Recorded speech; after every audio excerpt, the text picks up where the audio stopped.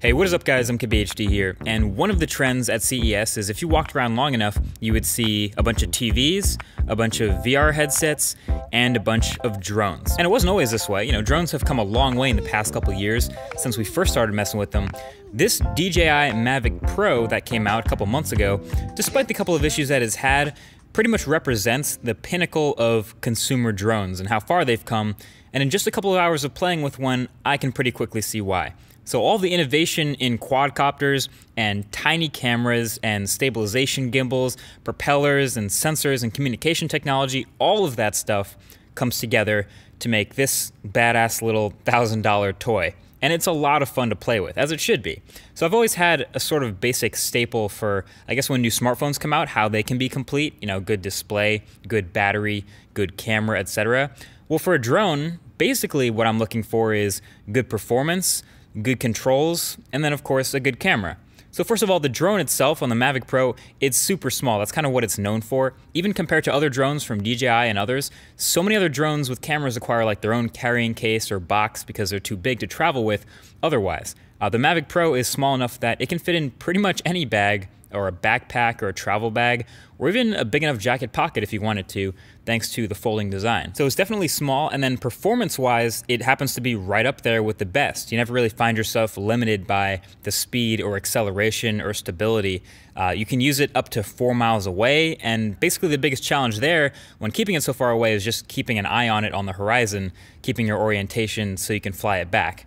The controller is actually pretty clever. It's part drone controls and part video controls, and they put a lot of that power on your smartphone. So you grab the DJI app for Android or iOS and clip your phone in there, and then it gives you recording controls for the camera and then all kinds of information for when the drone is on.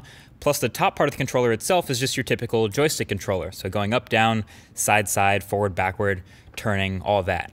Now, fun fact, the Mavic Pro has a 3,800 milliamp hour battery that you can remove. So not really that much bigger than the smartphone you might be watching this on, but that battery can power the drone for a 25-minute flight time before it starts wanting to come home and land. And that might not seem like that much at first, but that's actually way on the upper end of longer drone flight times on a single battery. And the batteries recharge pretty quickly too. So basically, if you want to fly for a while, you got to have a couple batteries ready to swap out. But all this to me is kind of secondary to the main reason I would get a drone, which is having a camera in the air. So the Mavic Pro has a built-in 4K 30 FPS camera on a gimbal, and this is kind of what DJI does best, so they're great with stabilization of larger cameras. That translates pretty well here too to the gimbal on the Mavic Pro. And the camera itself is so small that it's basically a smartphone-sized camera sensor with a super wide lens. But that's actually not a bad thing at all, because you already know how good smartphone cameras have gotten in the past couple of years. So having a camera this small is no problem for 99% of uses. So you can imagine like a Galaxy S7 Edge or an iPhone 7 camera up there in the sky. And this isn't even a review, I just messed around with flying this thing for a couple of hours.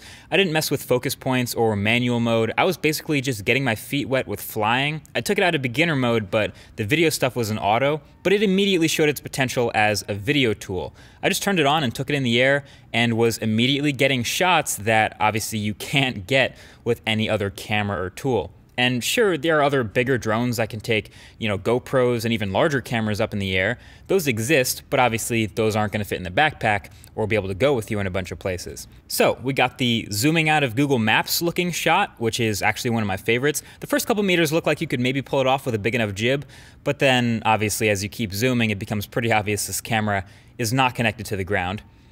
We got the rising up the side of a cliff to reveal a mile-square city shot.